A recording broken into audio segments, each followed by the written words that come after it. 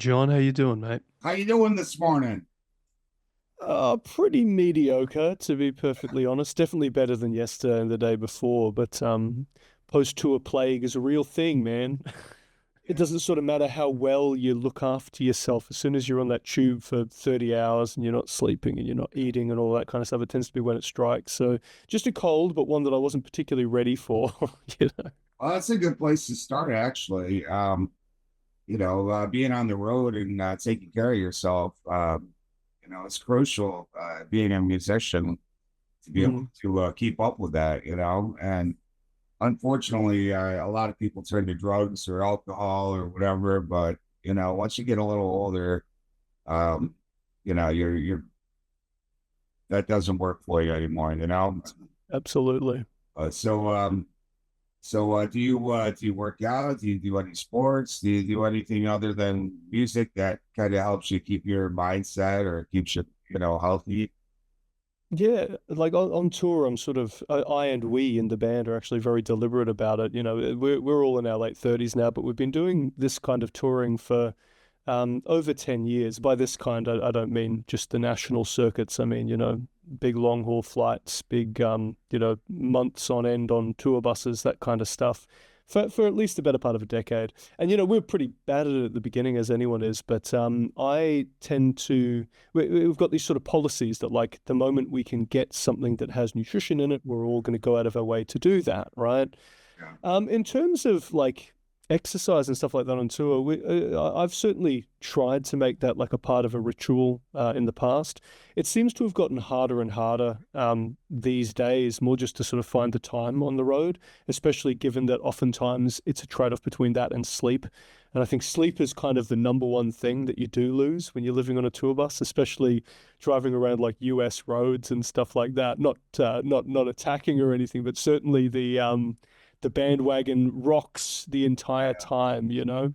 So So, yeah, I mean it's always a trade-off, but I'm a really big walker. Like I love bushwalks, I love, exploring cities. I love that sort of side of tourism. And I think that's a really nice foil to being stuck on the bus and, going crazy in that kind of regard. that I Yeah. can imagine, how many people on the tour bus? How big's the tour bus? Small, It, a Well, van? it depends where it is. Like if we're touring, so US tour that we did like a little bit earlier than this last year, just over a year ago, we had let me think, we had the four band members. We got our tour manager in front of house, Mello, who's also our best friend. We bring him everywhere. It doesn't matter where we tour, he's our guy. We had a fantastic lighting guy, Cole. We had a driver, Jacob, and then we had a merch manager, Dan. So how many is that? Like eight people, I guess. And that's like a pretty normal sort of tour array for us. We're not a big enough band that we have a whole bunch of sort of auxiliary techs on top of that. We tend to be pretty self-sufficient and kind of do it ourselves. But I mean, that works pretty well for us as well. You're all crammed in on the tour bus. Like when it comes to something like the US touring, like on a little bandwagon, we've got maybe I think a 12 sleeper or so. So there's a couple of empty bunks, but you can imagine these things really aren't made for actually 12 men. Funnily Yeah. enough, we did a tour late last year. It was our second European tour of the year, and we did it in they call it like a minibus. And off the top of my head, I think it was 8 bunks.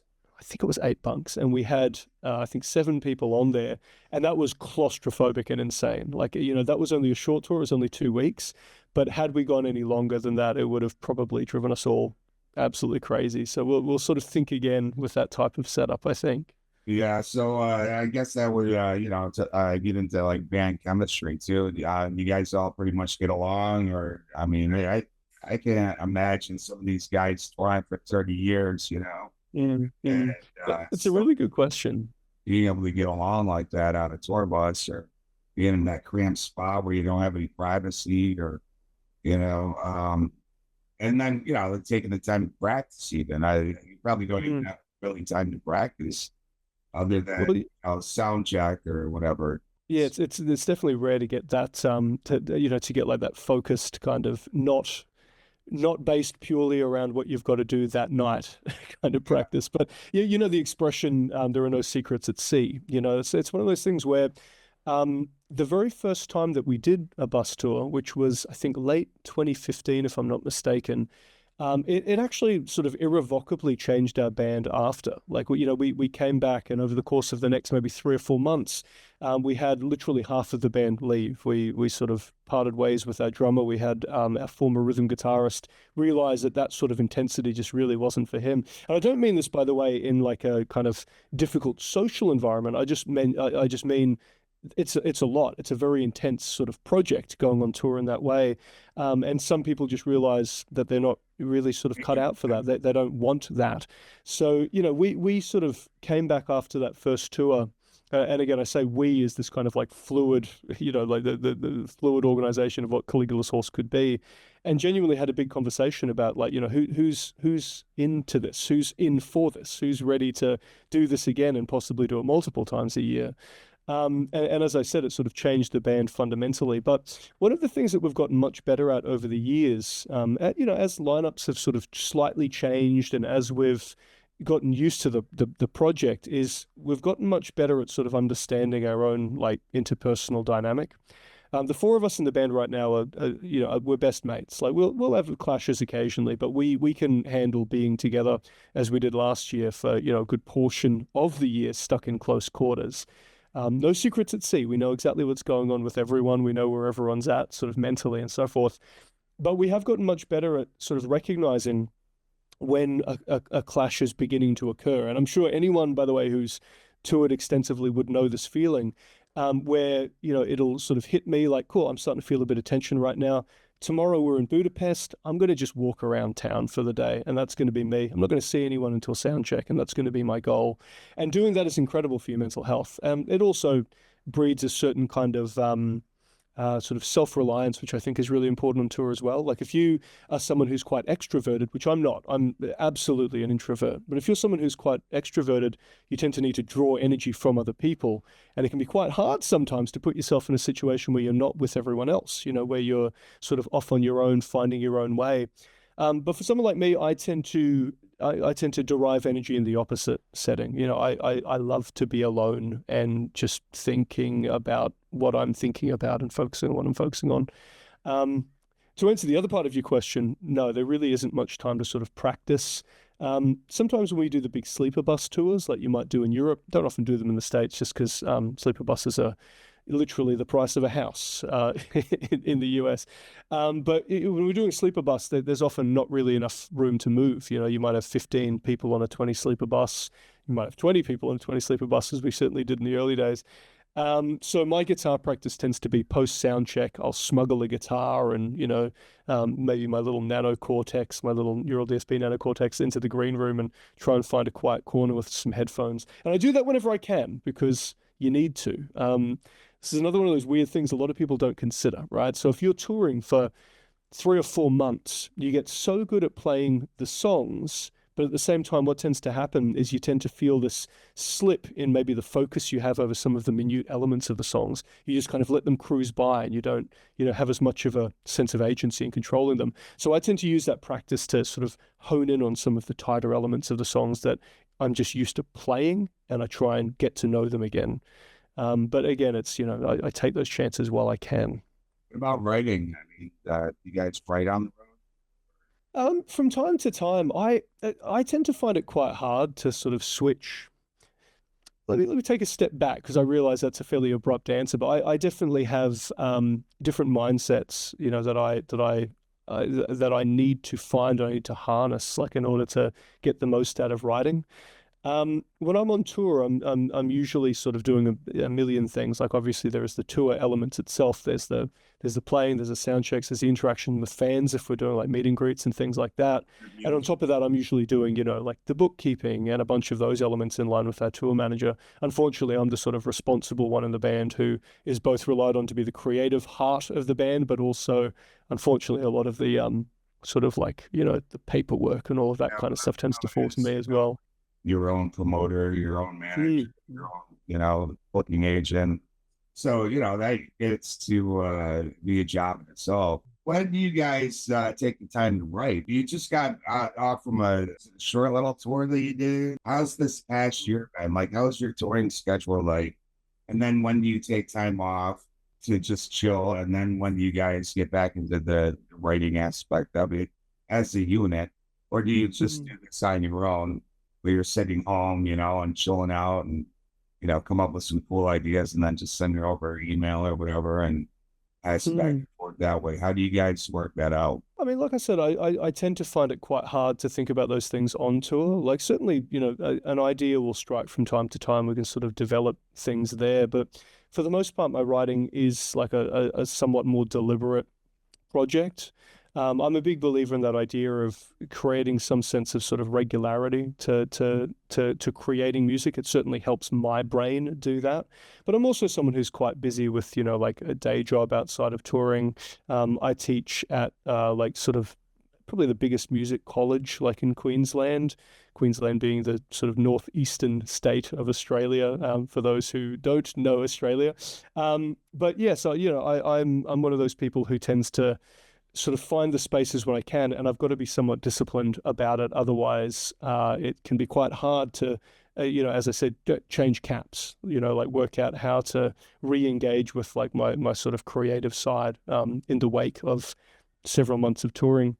But to sort of go to the beginning of your question, talking about the last year, the last year was one of the busier touring periods that we kind of had. A lot of what we'd lined up was sort of compensating for what we'd lost in the pandemic years. We had, a whole bunch of very expensive and very elaborate touring, sort of with the rug pulled out at the beginning of 2020, in line with our Rise Radiant record, which also was, our biggest sort of commercial success up until that period. So we were sort of cast into this strange situation where, we sort of had the next level of our career. We were sort of stepping into it right as all of that collapsed, and we had to then contend with what is a musician if we're all just stuck at home interacting with one another occasionally over Zoom. And that was a pretty weird period to sort of be a musician in and to try and work out what we were going to do next. But the real issue that it cast upon me, especially as a creative, was it meant that the cycle that we were used to following, so that idea of, let's create a bunch of music, let's create an album ultimately, let's put that out, let's tour in support of it. And when you tour in support of an album, you kind of get to know those songs in a really different sense than you do while you're obsessing over their minute details, like in the songwriting space, in the pre-production space, and in the production space. We never really got to know that with Rise Radiant, and that kind of stunting of that, that process that we were really used to taking. I found it very hard to then begin writing again in the wake of that, because it was like we hadn't finished the previous cycle. You know what I mean? Yeah. And at the same time, of course, as you remember from that period, we also didn't know how long it was going to last. Like we didn't know whether, we would be starting the next album cycle in 6 months or in 3 years. So that was definitely kind of tricky. But what I was getting at there was that led to the touring that we've done over the last maybe 18 months or so, which has been very intense for us. And given how intense it was, we're ready to not tour for a little while now. So we've got a couple of little plans on the horizon, but the next goal will be, again, re-engaging with the creative side and starting the next writing block. Obviously, you have a method that you're used to following. As you mentioned, you're used to basically writing and going out on tour and getting familiar with the songs in that aspect, right?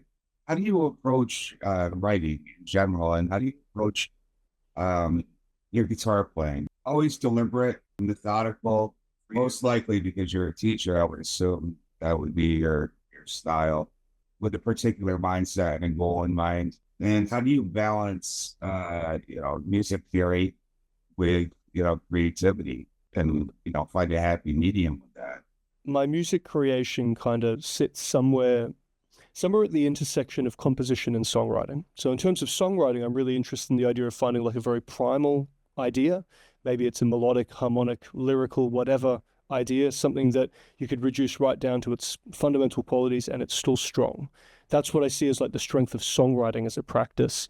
But I'm also really interested in ornamentation. And obviously, we find our way to something like progressive metal because we like ornamentation. That's not a music that you play because you want to, strum three chords and the truth. So you can imagine I've got sort of two, almost kind of conflicting visions for how music occurs there. But what I tend to love is the sort of battle between those two mindsets. So one of them might be something like harnessing something emotional. Like it makes me feel something. If I can hear an idea in its sort of raw form and feel some goosebumps, I know that I'm onto something really good. But once I've found that, and by the way, it's worth saying, like, I find that still quite abstract where that comes from, sitting down, jamming, thinking about ideas. Oftentimes I tend to audiate, like I tend to try and write in my mind rather than with my instrument. It sort of gets me outside of, relying on muscle memory or whatever else. But once I've got that in place, I tend to turn on that more compositional mindset, with the idea of, working out how something could best be arranged. Interestingly enough, guitar tends to sit right at the background of both of these approaches. I don't tend to, well, increasingly over the years, I tend to focus less on guitar because I do think that when I have guitar there, I am a little more driven by, guitar as a sort of mechanical vessel, like a thing that you play a certain way. And I much prefer the idea that it's imagination that leads me to something. But once I'm in that compositional mindset, I'm usually in the DAW. I've usually got maybe a couple of instruments on the go, plonking badly on a keyboard as I'm wont to do, in a way that feels a little bit more creative than guitar sometimes. But that tends to be how I sort of form an idea. And very early on, I start working with Jim, a singer, and he's also a chief lyricist. And we tend to throw ideas back and forth as early as possible, because I think one thing that progressive metal tends to have a little bit of a weakness with is that idea of the sort of holistic link between the music and the lyrics, say. Like a lot of the time, the process that you'll hear from people in the genre, not always, but a lot of the time, common enough that I think it's a safe generalization, is the idea that, we create the music, we compose the music, and then we attach some lyrics to it and give it meaning in that regard. But I love the idea that the lyrics are influencing my kind of like musical imagination. There's like a link in terms of like the meaning of the song that goes a little bit deeper, perhaps, than this is a couple of cool riffs and cool transitions. Like I like the idea that it is being built in terms of some degree of like creative intent and imagination above all else. And when it comes to my guitar playing, especially solos, I kind of think about that in a more songwriting perspective as well. You probably noticed that in Caligula's Horse, it's rare for a solo to be more than, maybe 16 bars or something like that. I don't like these things to feel laborious. I like them to feel like they're there as a kind of foil to the vocal, while it's there. I know that's a bit of a cliche, but they don't outstay their welcome, with a couple of exceptions here or there. And instead, each part of the song has a sense of like emotional impetus behind it. The solo might be exhilarating and exciting, and then we get back into a familiar section or something like that. But basically, it's all about what's the minimum I can do to have the maximal effect. Playing for the song. I like that you take a different approach than most guitar players do with writing, because most guitar players like myself usually start out with music and focus on the music telling a story, and then the lyrics usually come after that. I like that you're working hand in hand with the singer, so you can work around, they get back and forth, kind of feed off from each other, where he can come up with like a melody that can also influence what you're going to do next in each song. Also, Exactly right. and then where music theory would come in is, with the arrangement or the, how you guys decide to put it together, like emotion, creativity, using your ear, obviously. You said closing your head. And I think that's great, ear training for one, and, and your imagination, because when you're in your mind, the music going. The hardest thing to do is, at least for me, is to reproduce that. Well, I can think of a couple of instances, especially on the last album, where it genuinely was like several minutes of like fully arranged music that I'd be on my commute to work and I'd slowly be kind of adding to it and slowly sort of pulling it together. But there is something to be said for just how potentially limiting the instrument being like your main sort of like interface with your creativity is. Don't get me wrong, like, that's still like a process that I follow sometimes.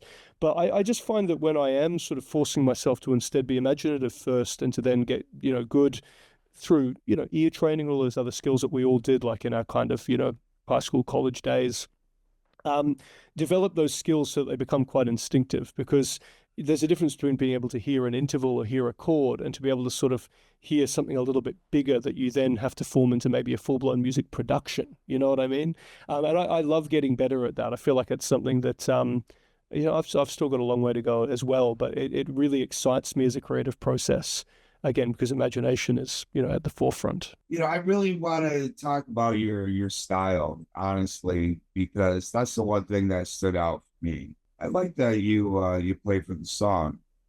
Um, One of the things that always stuck with me was interview with Steve Vai, which I've done Mm, myself, but it's way back when I was a kid. I read an interview where he said to focus on the melody. I realized that when it came to like actual songs, I didn't really have anything to mm. offer, other than a 60-minute guitar solo.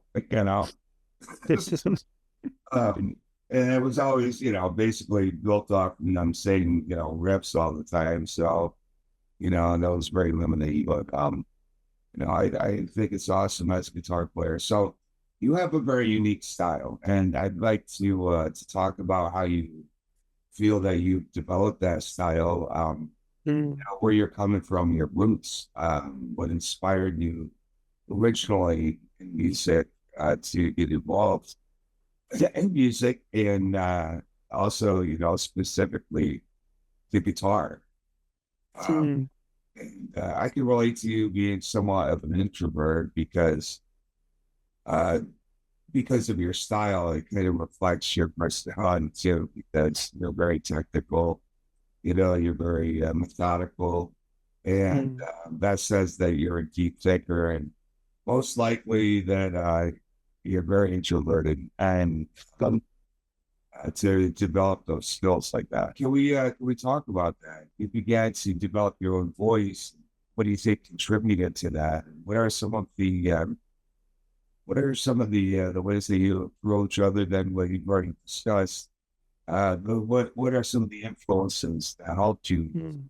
Yeah. Like a good place to start is, talking about the places from which I've sort of like deliberately taken vocabulary.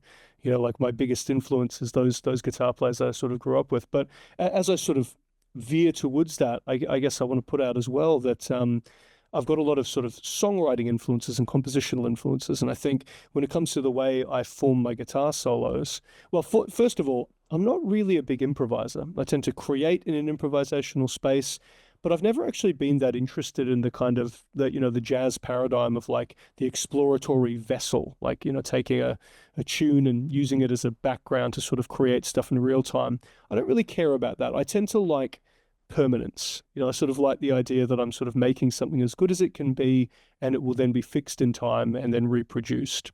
So that's kind of an interesting starting point to talking about, like, where style comes from. Because obviously, if I think about some of my favorite guitar players, like say someone like Guthrie Govan is a really good example. I had this lovely privilege of just spending solid hour or so picking his brain while we were on Cruise to the Edge, which is wonderful. But he's one of my favorite guitar players, and he's someone who is almost exactly the opposite, right? Like he's an improviser. He's an improvising virtuoso who can find his way around anything and make it sound amazing. And I'm not a bad improviser, but it's more that I'm not particularly excited by that, as a player. So what I tend to think about more when I'm creating, say, a guitar solo or like a guitar centric section is I'm thinking about it again between those battling minds of like a songwriter thinking about melody and thinking about sort of the emotional intent behind a part, and I'm thinking about it in terms of a composer and the idea of what vocabulary do I have available here.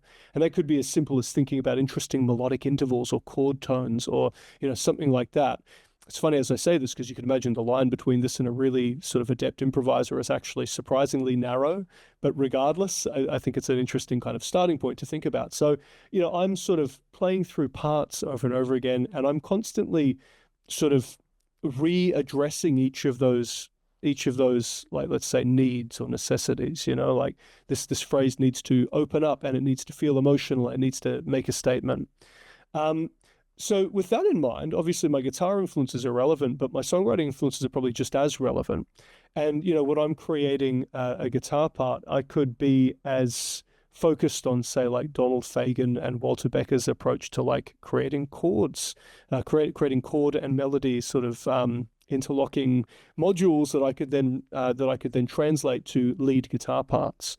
I've probably got a little bit too far off the question there, so let me take a step back. So when it comes to guitar influences, Steve Vai was like my first hero. By the way, your interview with Steve Vai was awesome. It was really cool to watch that. He was sort of my first proper guitar hero. Like, I had posters on my wall, and I followed everything that he did. And I think Passion and Warfare was one of those kind of like, formative moments for me where guitar playing went from being that thing that I did to fit in at high school to being, this big creative endeavor that was potentially limitless in terms of its kind of timbral quality. That's what's so incredible about that album. There's nothing that just sounds like a guitar on its own. It's all much bigger than that. And I've got a whole bunch of guitar heroes that sort of, came after Steve Vai, including a lot of like, shredder types. Like, I loved Paul Gilbert when I was coming up. I styled a lot of my picking approach on Paul Gilbert, Yngwie, all of those kind of guys. But for me, the guitar heroes that really sort of stuck with me were, first of all, love Steve Morse. He was one of those guys where his whole sort of approach to fluidity and tone was just huge for me.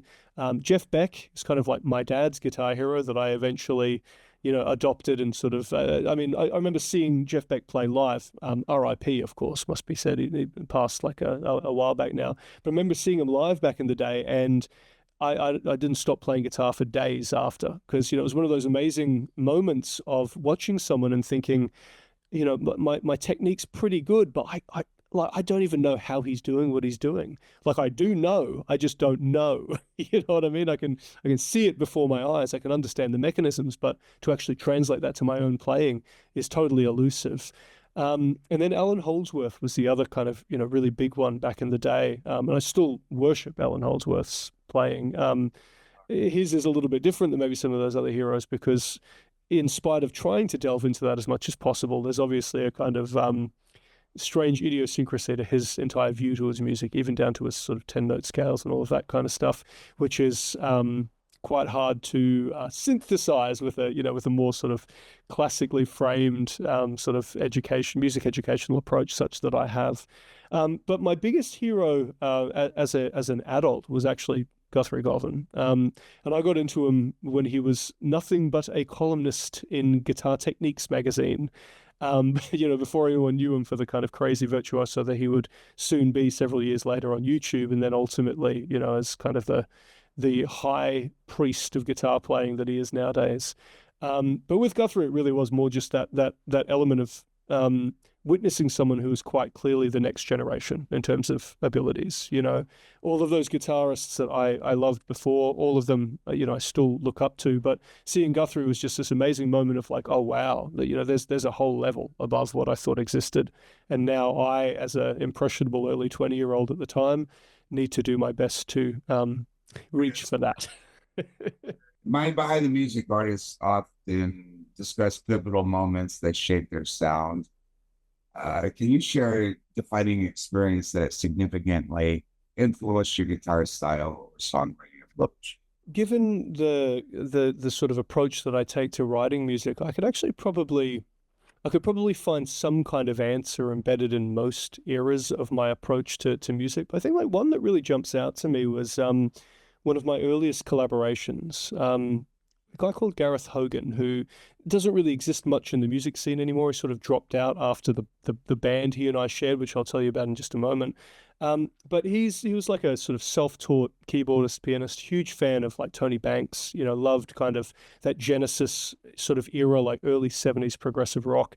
Funnily enough, stuff that I eventually kind of wrote my doctoral dissertation about later. But, he and I had a band called Quandary in the very late sort of like 2000s, just sort of 2008, 2009, 2010, that kind of period.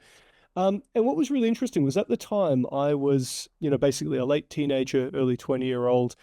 I had spent many years being as studious about guitar as I could be, as I was able to understand I could be. I'd spent many hours doing the big kind of Steve Vai-esque extended practice sessions and all that kind of stuff. But what was interesting was like forming a band with Gareth and having slightly different musical tastes going in. I wasn't as much into the classic rock at the time. I was more into Dream Theater and Symphony X and that kind of stuff. Still am, don't get me wrong, but it's more like that was what was kind of like pushing my sensibilities at the time. And the thing about Gareth was being that he was completely sort of taught by ear, whereas I was much more of a kind of music theory driven type character. I'd obviously done, my fair share of ear training and all of that kind of stuff at the time, but regardless, he was someone who really had learned everything just by sort of transcribing and figuring it out. And I remember our sort of writing partnership at the time was pretty tumultuous. It wasn't as easy as, like, say, Jim and my writing process now for Caligula's Horse. But I remember almost any time we would write, I would have, some ideas kind of like forming in that audiation kind of space of my mind. And his ideas would always be very different. And his ideas would always be very sort of like colorful and harmonically based and very kind of major key sort of founded. And it was genuinely one of those kinds of creative interactions where it opened my eyes to just how many trajectories a musical idea could take. Because the thing is, it doesn't matter how sort of like good you are, how well developed your skill set, both orally and technically, can be. We do tend to be quite myopic as songwriters, especially if you're used to working on your own. And I think that was one of those instances where I realized that, in fact, my ideas, as well formed as I thought they were rarely the best ideas. And my vocabulary grew incredibly quickly as a result of that collaboration. Band broke up. I formed Caligula's Horse soon after, and I only very, very occasionally talk to him now. But yeah, I mean, huge influence on me in that way. More that we were sort of peers battling out for the direction of different ideas. Yeah, that's hard when you have another guitarist in the band because you both have your vision. And I've always found it hard to work with another guitar player that was as strongly opinionated as I am. I have to admit, when it comes to opinions, I think mine's like always the best. Don't So, we all? so it's like always been hard for me to work with another musician, or I've been in a band where the guitar player I truly admire, and as a result of that, I end up taking a seat, step back and letting them do everything, which is still not a big collaboration. So, are you the only guitarist in the band? I'm sorry that I'm not that familiar with your music, but you are. Mm. Yeah, so currently I am. Caligula's Horse has had two other, like over the years, two other sort of second guitar players, both of them very much situated as kind of like rhythm guitar players. The first one, Zach Greenstill's still one of my best mates. Really good guy. He has a band called Opus of a Machine. Watchers should totally check it out because they're genuinely fantastic. But Zach was really just a casualty of touring. As I said earlier in our discussion, he was one of those guys, probably more than anyone else in the band, who just realized that, being away from home for that amount of time and that level of kind of mental difficulty wasn't for him. And if it wasn't for that, he would probably still be in the band. He was also one of those guys who, although he has his own sort of creative side, I think he appreciated just sort of being a guitar player in the band and, being able to just sort of perhaps help with writing at times, but focus more on just playing. And, he loved that. Whereas for me, I'm a control freak. I've got to be creating. Otherwise, I'm not particularly driven to be in a band, Yeah. Our other guitarist, Adrian, is kind of similar. He was in the band between, let me think, it would have been, I think the late In Contact period through to Rise Radiant, through to the pandemic when he left, for kind of similar reasons. And again, saying someone leaves through the pandemic implies a whole bunch of things that, I probably don't need to go into too much detail on. But Adrian wasn't ever really a music writer. That wasn't ever something he was particularly interested in, but he was much more acrobatic as a guitar player. And that was kind of also perfect for Caligula's Horse because, again, I'm always going to be sort of the creative hub of this band. That's kind of what Caligula's Horse is. It's my and Jim's kind of creative product. But with Adrian, he was kind of happy to, to contribute where he could, but again, just play. And he played more guitar solos and things like that as well. Very, very good guitar player. He doesn't tend to do a huge amount nowadays as it relates to guitar. I think he was a bit burned out, after the pandemic. Again, there were a lot of casualties in that time, but fantastic player as well. And you can hear a couple of solos from him on Rise Radiant and In Contact. So how did you balance that? Because you just said you're a control freak. So So did you specifically pick these people because of the fact that they just sit back and let you tell them what to do? Well, funnily enough, no. But I mean, at the end of the day, I'm actually I say I'm a control freak. I'm actually not too bad, I think, in the scheme of things. Yeah, I I understand it's just a um your speech, you know.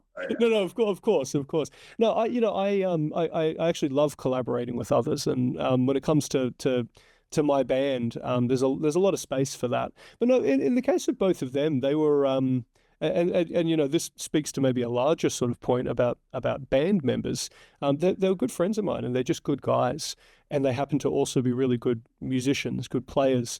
And I think when it comes to being in a band, you know, the biggest tension, especially being an Australian band where we're traveling such great distances, one of the biggest tensions that we feel is that intersocial kind of interpersonal dynamic, and having people who are good people and you want to be around them, and you know, you derive energy from them rather than you know, like to like what we do in the shadows, like energy vampire types. You know, they're people who I just like being around, and that tends to be, in fact, as I think about it, it's almost exclusively how we've found band members for Caligula's Horse. The only time we've sort of done like a blind audition was prior to In Contact with Josh, our drummer, our second drummer and our current drummer, who we auditioned as basically a stranger. But for the most part, everyone who's been in the band have just been people that I love. You know, they're just good friends of mine, and we work really well as a result. Because, you know, again, no secrets at sea. The moment you're trapped in that tour bus, all bets are off. You better be able to get along. That's a very good point. It's the talking about being chemistry, you know, and Mm, I'd almost sacrifice, you know, somebody for skill over personality in mm, some cases, absolutely. to where they're capable, but they're teachable, and they can, you know, pull it off with some effort. Um, I rather feel exactly the same way. than Yeah. somebody that's, you know, a virtuoso and he's an asshole, you know, to be straight up blunt about it, you know. Mm, I've been in situations like that before, you know, with mm, the whole band where we're all good individually at what we did, but personally, I didn't like any of them, you know. mm. It's a very different dynamic. And again, you know, if we are going to be stuck on a bus for 3 or 4 months of the year and you're doing all these flights together, all that kind of stuff, I agree with you completely. I would much rather people who I can count on as friends and who understand, you know, the sort of ups and downs, the experience of touring, that sort of camaraderie that you really need to get through it all. And as I said, that's basically how we've derived band members in the past. You know, I like this guy. He's a really good mate. He's a good guitar player, or he's a good enough X. We can work on whatever needs to be worked on there. And it is worth saying too, Caligula Source has a lot of very technical things, certainly in the guitar playing, especially. But it's not like we're a band who is we're not technique first. You know what I mean? Like you don't necessarily need to be a top tier virtuoso. You just need to be ready to work very hard, and that's usually enough. You brought up another good point too. It's, you know, your ups and downs, which is inevitable. Are there any meditations or anything like that that you feel to help keep your attitude up? It's a really good question. I mean, I'm not someone who, although I probably should. I'm not a meditator. It's something I've sort of always been intrigued by, but I feel like it's hard to kind of fit into the schedule that I have at some point. And again, that's a cop out. I accept that's a cop out. It's something I'm interested in. You give But 15 minutes a day, you know. that's exactly right. But what I tend to do, like my response to that problem is to focus on scheduling and regularity. And this is one of these things that I think can save both in terms of can sort of save your mental state, both in terms of, you know, day job plus being creative, moving between those different hats, all of that kind of stuff. It's just that idea of saying, well, at this time I'm going to do this, and I'm going to do it no matter how I feel, right? It's just going to be part of my daily process. And on tour, what that tends to do is it tends to be the best way of battling the jet lag and the tiredness and the shitty nutrition and all, you know, all of the things that you struggle with necessarily on tour. You know, I'm going to do this. I'm going to be in bed at this time. I'm going to, you know, do all of these kinds of things.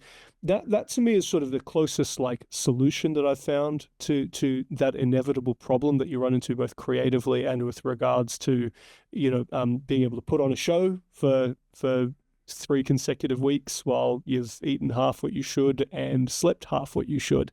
So the more regular I am, the more I'm able to feel like I'm in control of what I'm doing. Again, both creatively and technically. So you're talking about having a routine, sticking to a routine and Yeah. feeling like you're in control of what you're doing. I think that's, I think that's very important. Your compositions with Caligula scores are known for their intricate layers. How do you translate complex musical ideas to cohesive songs without losing their emotional essence? And then he mentioned something about, balance with the emotional and, focusing on the song itself. And, so can you elaborate just briefly on that? An interesting starting point is, whether you kind of like accept that dualism or not, that idea that there is like a battle between the technical and the emotional. And, sometimes I feel that, especially as a guitar player, if that little sort of, that devil that sits on my shoulder that tells me that that run should be crazier and I should come up with something wilder, like, sure, that's when that compromise is occurring in real time. But for me, I tend to see the more technical, let's say the more technical elements of our music creation or of my guitar playing as having a certain musical effect that really can't be simulated in any other way. And it might be this very kinetic, very exciting, very frenetic kind of element that is actually really important to my music in some cases. So I guess maybe my first reflection on that is that I kind of reject that there is a dualism there. But I also accept that, as a musician and as a musician in a style which is very technically founded and where a lot of fans expect a certain amount of technicality, I'm trying to not put it in a place that is there as a self-aggrandizing tool rather than as a, musically grounded creative tool. In saying that, I think approaching songwriting with the idea of, again, songwriting at its foundation. So that idea of simplistic building blocks that can then be ornamented in whatever way you want. I think it's a natural foil for stuff feeling too overtly technical, because basically it means that no matter how technical something becomes, it has at its foundation this very simple or rather simplistic germ, right? Like this idea that you break everything away, take all of the ornamentation, all the production, all the performance away, and it's still fundamentally quite strong. For what it's worth, that's the kind of epistemology that I have anyway when it comes to like, is music good? It's like, take everything away, take all of the window dressing away. What have you got at the base of that? If it still sounds good in that setting, that's about as close a judgment as I have on its fundamental quality. So I think it's kind of a natural way of avoiding stuff feeling like a battle between, technical and emotional. You've always got that foundation, and that's really the best I can kind of do in terms of keeping it on track. How do you tap into the psychological aspects of music when writing? I could definitely dig into that a little bit more. It was something that I guess I touched on when I was talking about the creative process and that idea of, bringing in lyrical themes to sort of influence the musical side a little bit as well. But it is worth saying that that's one of those things that, talking about it again as this big kind of holistic approach that, I take to songwriting, that I'm trying to have a fundamentally strong idea, but then I'm, dressing it up however. That fundamentally strong idea can sometimes be a literary idea rather than a musical idea. Maybe we're actually trying to make something feel like it expresses a certain state of mind or a certain sort of psychological space. And, that can get really sort of dark and confronting, especially if the concept is dark and confronting, as a lot of the music on Charcoal Grace incidentally was. But that's one of those things where I think the approach that I've described to my music probably speaks to how that can be relevant. If we're sort of meditating on something that is kind of dark and abject and frightening, that's where that sort of arranging element sort of comes in, and you can make something that feels less like a lyrical statement atop some music and feel more like a kind of cinematic statement that, incorporates a whole bunch of different texts, like the musical elements, the production elements, the lyrical and extra musical elements, as you might call them. And I realized straight away, of course, I veered far too far from the original question once again, but that's kind of how I think about that, I suppose. Have you guys done any concept albums where you had an idea and then you basically wrote everything based on this concept or theme or whatever. And Mm. Yeah, I'm sort of one of those believers. It's almost a little bit of a kind of cliche. You hear it a little bit. I'm a big believer in the idea that sort of every album probably is a concept album to some degree, right? Just because it's a reflection of maybe a certain space you were in. But we do have a few albums across our discography that are like deliberate sort of narrative oriented concept albums, like in the sort of classic, 1970s sort of mold. The first time we did that was our second album, 2013, The Tide, the Thief, and River's End. And what's interesting about that record was it was kind of the first true Caligula source record. The first album, 2011 Moments from Ephemeral City, was really more like a Sam solo project that I had Jim as a kind of guest on. We wrote a little bit together, but it was really more like, here's the thing I've been playing with, I'm going to put it out under a band name rather than my own. The rest is history, as it were. But the album that Jim and I very much wrote in 2013 was quite different. We, formulated this this narrative, which was sort of it's basically just this narrative of like how sort of corruption follows people around. It started in this kind of this degenerate kind of city. A bunch of people sort of go for an exodus away from it and find themselves falling to the same corruption again. We were sort of responding at the time to the political situation in Australia. This is right when the sort of refugee crisis was really hitting Europe, and when a lot of people were sort of talking about people not having a place in the world, and that was kind of the way we reflected that back. But since then, we've written two more concept albums. In Contact in 2017 was a concept album. We wrote it around 4 stories of like fictionalized kind of artists and the way they grappled with their art. You can see it's like, this is obviously something, even in the way we've spoken about this today, that's quite close to me. And that was a really, animating, interesting kind of concept to found an album on. And then the most recent album, Charcoal Grace, which as a concept album, we have joked about it basically just being, what did we learn in the pandemic? That's the concept. So you can see that all of those are concept albums in the traditional sense, but they all have a very different kind of depth for the concept. River's End was a story. In Contact was a sort of meditation on art, and then Charcoal Grace was a sort of us getting some stuff off our chest after seeing kind of the worst of society in that period. some artists describe songwriting as a meditative or trance-like state.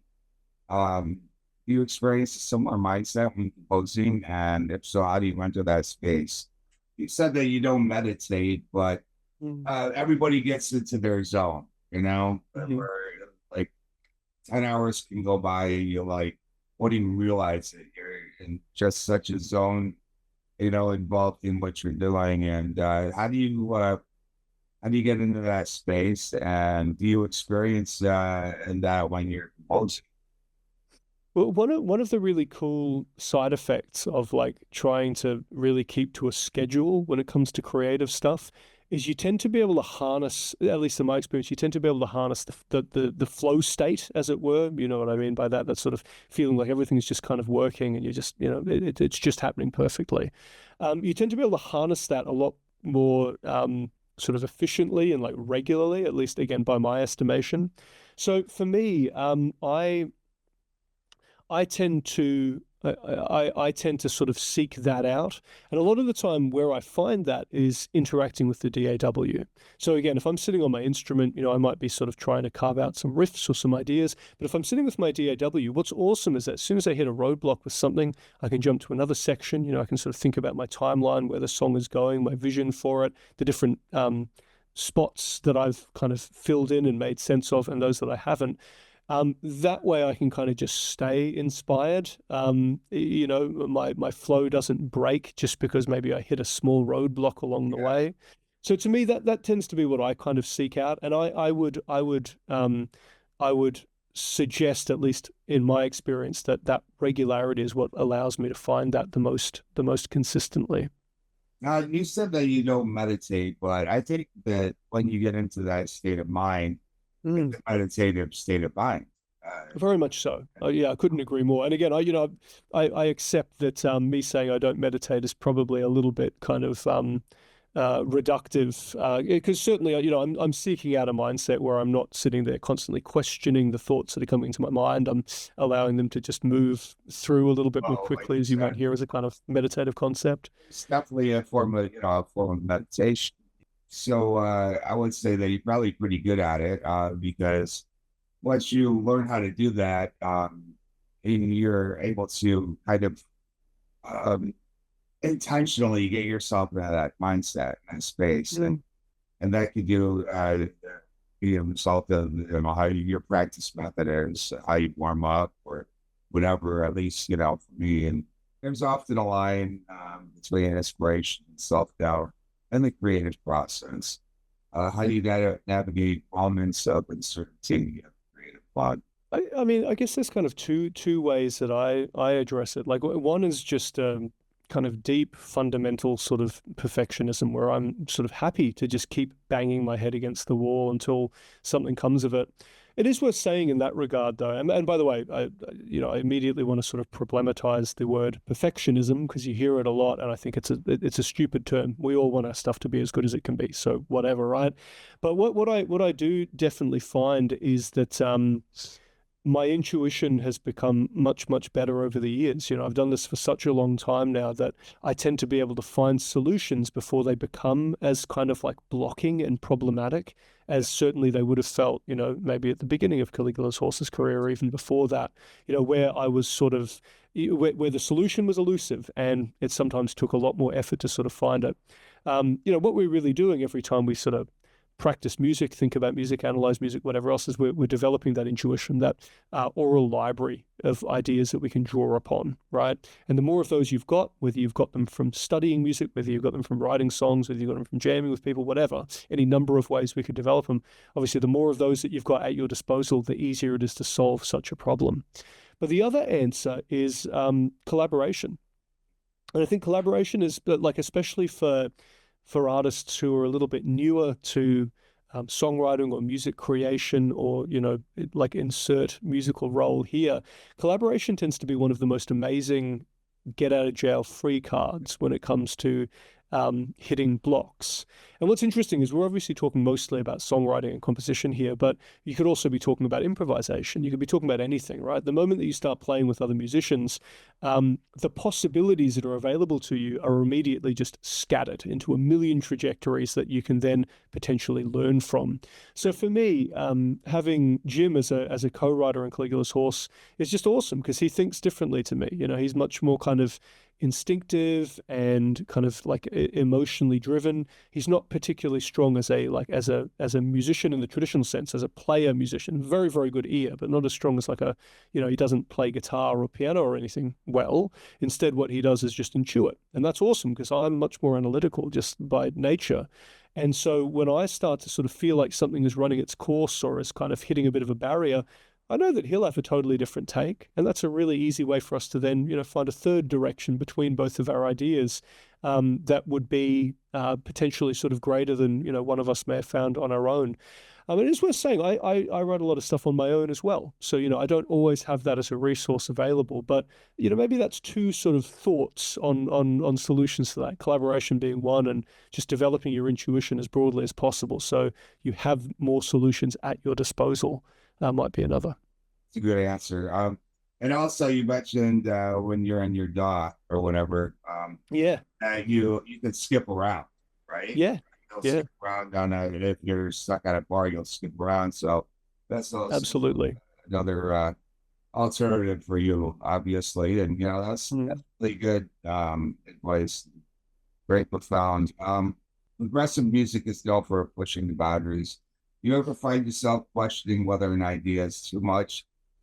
Yeah, we talked about this a little bit. Do you ever find yourself questioning whether an idea is too much or not accessible enough? How do you make those decisions? I think you elaborated on this a little bit, but you're Mm. welcome to, just kind of. Yeah, I mean, there's definitely a couple of interesting points that progressive as like a genre moniker can yeah, can sort of draw up and problematize as well. I mean, one of the problems with progressive metal or progressive rock is that sort of comes from this lineage where although the idea in its very first kind of formative moments, like late 60s, kind of that transition from like psychedelic rock to progressive rock, it was all about synthesis. It was all about bringing in outside ideas into a rock foundation. It very quickly became showing off and self-aggrandizing and creating stuff that is as complex as it can possibly be. And you'll recognize already that that's really not something that drives me particularly. We do tend to, of course, have certain moments, and I certainly do, like in the guitar playing space, where the music is very technical. But what I'm actually really interested in when it comes to like progressive metal, quote unquote progressive metal, is the idea that you have this kind of like dynamical quality which really doesn't exist in a lot of other styles. It's funny, I teach at a conservatorium, so I teach with a lot of classical people who would have very little interaction with metal, right? And I sometimes get asked like how, like, why do you play that kind of music? And the answer is because that dynamic quality really intrigues me. I love the idea that I can have like the heaviest fortissimo kind of metal stuff. And let's face it, is there a better like triple F than the heaviest of metal, right? It's like, Yeah, yeah. reflecting on your discography, is there a particular track that you feel best encapsulates your artistic evolution? What makes that track stand out for you? As with when I was sort of reflecting on like, big moments in my career that sort of allowed me to take a bit of a step up, I could answer this in a similar way, which is to say that I could probably analyze most songs from the back catalogue as like how they did that, like how they represented me coming to terms with something and getting better at it as a result. But there's definitely a couple that do stand out. And I think going back to River's End, our second record, 2013, um, there are a couple of moments on that album where I remember really sort of pushing up against kind of like who I am as a songwriter and who I am as a music creator and what we're actually what I and we are trying to achieve, creatively. I think that was the first time that I was really forced to contend with what the music meant rather than just that it sounded kind of cool. And I was interested in, how I could make it sound as cool as possible. With River's End, it was much more like, how does this fit into this big picture? How does this make sense of the concept? How does the music fit together as an album? Like I was thinking about, bigger things than just the sort of aesthetic of the moment. And I think All Is Quiet by the Wall, which is the final track on that album, and it's kind of like probably the most narratively framed track on the album, was one of the first times that I remember feeling really specifically concerned with the idea of creating music motivically. Like I remember having a couple of ideas throughout that as melody lines, all based around this kind of like minor seventh interval and, this a series of chord changes that I sort of formulated around that. Um, where the whole song kind of has weaved throughout it the same idea. And you could imagine these as like, like leitmotifs, like the idea of like a motif connected to a character.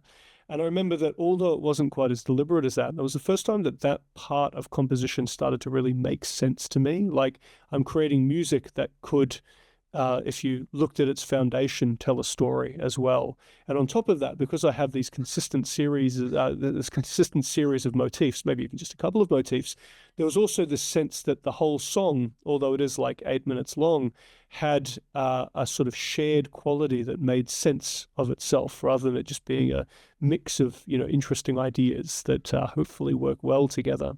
So I feel like that was a moment where I really did come to terms with a couple of things that have become really central to my songwriting since.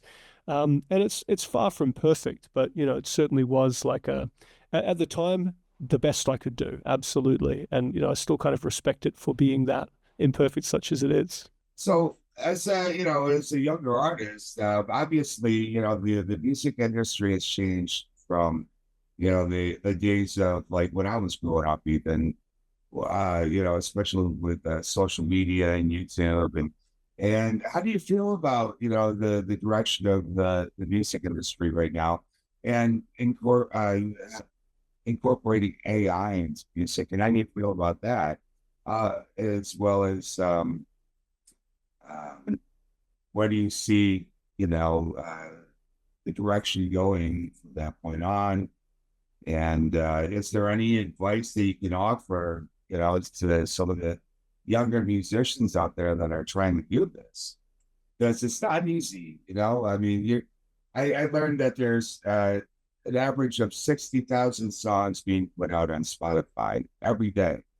Okay. Wow. So that's a lot of competition, you know.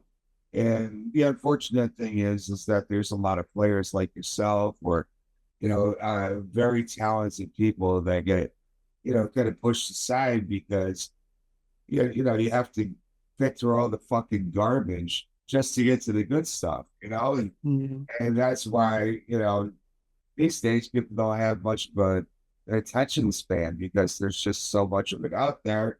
Everybody wants to be a rock star. And, there's a lot of garbage out there that gets pushed, and so to elaborate on that, how do you feel about the direction of the music industry right now, AI in music? So there's a couple of questions to that. And Mm. and what kind of advice do you offer younger musicians that are experiencing that today, based on your generation, what you're experiencing? So I started Caligula's Horse in the very early 2010s, and that was an interesting transitional period, I think, for the music industry. Obviously, Napster had existed at that point. The idea that you could make money from selling music was already well on its way out when we started. But we were kind of in a golden era in some sense because it was the beginning of that pluralization of social media where you could sort of be anything and have some kind of platform to sort of promote yourself on. But I feel terrible for artists nowadays who, begin with that as a foregone conclusion, but one that is even more overcrowded and even more, sort of anonymizing as a result. A million artists out there, as you say, all trying to sort of be heard at the same time. And the reality is that I think the only sort of saving grace that you have is that idea that there are still avenues to be heard, and you hope that the cream will rise to the top. And obviously, it doesn't always, but it's the best thing you can kind of assume, right? This assumption that if your music is good and you put care into it and you do your best to promote it and you play local shows and you eventually play supports, that model that we used to have to sort of build a career still exists. It's just dilute, right? It's just like hard to sort of find a space to be seen and to be heard. I'm pretty concerned about AI. Not look, I'll be honest with you. I've got in fact, my bandmate Dale, bass player in Caligula's Horse, recently sort of dropped out of a doctorate. He was writing on music and AI, but he spent a lot of time sort of working on that, and we had many a conversation about it. And I'm not particularly scared right now of the interaction that AI has with music itself. I think it's still far off that that's going to be a problem for us. But I am concerned with AI in artwork and in promotion and all of the extra musical materials, because you've got a whole generation of incredibly talented artists who are sort of staring down the barrel of being irrelevant, while big bands like, say, Dream Theater is a good example. I'm immediately just starting beef here. Do all of their recent sort of promotional mechanisms, album art, etc., with AI, and I just think that's disgusting, to be perfectly honest. When you've got the funding to do something better than that. So my concern is really more just one in terms of allowing creatives to build a career. I think the more AI exists, the more that becomes difficult. And we talk about it already being this hugely sort of pluralized industry. Much, much worse if, half of the quote unquote work is being done by AI. So yeah, look, right now I'm not particularly scared about it as a musician, but I am scared about it as everything that surrounds the musician role and that we sort of need to exist. And of course, who knows, at some point, maybe you can put, Sam Vallen in an AI model and can write better music than me. I guess, well, look, once I see that, then I'll be shitting myself, right? But yeah, in terms of like career prospects, I think that's probably something that musicians are going to have to be increasingly aware of. And certainly AI in the scope of like really small and developmental artists is probably nowhere near as kind of big and sort of momentous a decision as it would be for, again, like a big band like Dream Theater making those decisions to sort of forefront AI in their approach to releasing a record.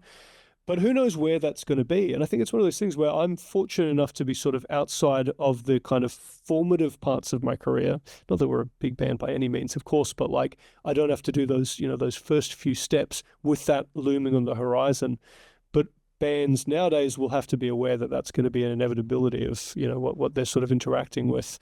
Maybe for good in some ways, but like frankly, probably for ill. You can see I'm pretty cynical about AI as a good for society. I mean, I look forward to being proven wrong, I hope, but right now it seems like nothing but a frustrating kind of mush of creative degeneracy that doesn't really offer much to the world. As far as guitar players go, can you give any advice to younger guitarists that are aspiring to be successful and to be proficient at their instrument? Two things that come to mind, and one of them is kind of fresh on my mind from spending a bunch of time with Guthrie and sort of like hearing, his sort of takes on the stuff. I think the first thing to understand, and this may be something that is proven wrong in the future, but I'm pretty convinced that this is true.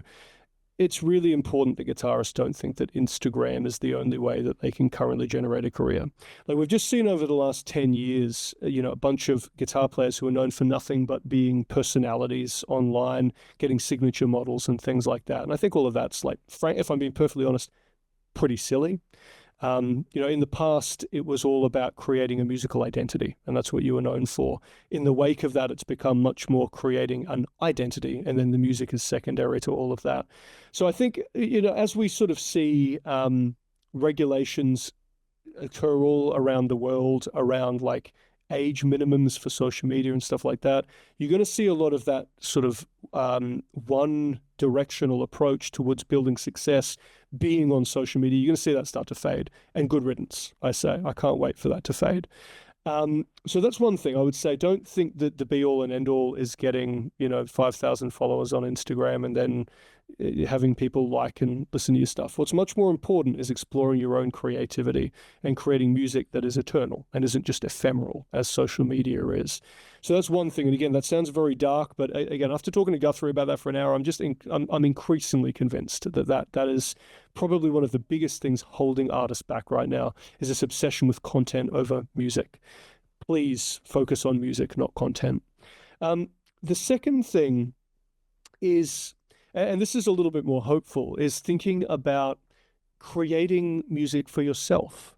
So historically, there's definitely been this kind of assumption that what you are doing as a songwriter is going to only strike it big if it ticks a certain number of boxes and can thus be listened to by, a large, broad subset of people. Of course, being a progressive metal artist and, your podcast, obviously your focus tends to be on more progressive music. That's not as true there, but I think that assumption still exists in the back of a lot of people's minds. Basically, my take is this. If you are sort of writing for other people, like if your idea is, I'm going to fit this into a certain genre, or I'm going to fit it in such a way that it can be that it can be generally listened to by a whole lot of people, they'll like it, thus I will have fans. The problem is they could listen to it and not like it. And you could actually find that what you're seeking is something that's a little bit more intangible than that assumption that you're making about ticking certain genre boxes might actually be. So one of the things that I've believed in more and more throughout my career is that the best thing you can do is write something that makes you feel something first, because that's something you can be sure of, right? If you are mixing a song, if you're writing a song, if you're jamming with your friends and you're getting goosebumps, you're doing something right. But importantly, that's something right that is tangible, that you can be sure of, right? Whereas again, if you're writing for someone else, you can only hope that those boxes are being ticked mutually, not just by your estimation, but by theirs as well. So I would say that's the other one. Write for yourself. If it makes you feel, it will probably make some other people feel. And if it doesn't, well, there's not much you can do about that anyway. So that's fine, right? Again, I want to thank you as mentioned, and I want to wish you the very best in your endeavors. And I look forward to hearing more about you and, seeing you succeed, and carrying the torch for the rest of us. So, Well, thanks for such wonderful questions and discussion, John. It was a lot of fun.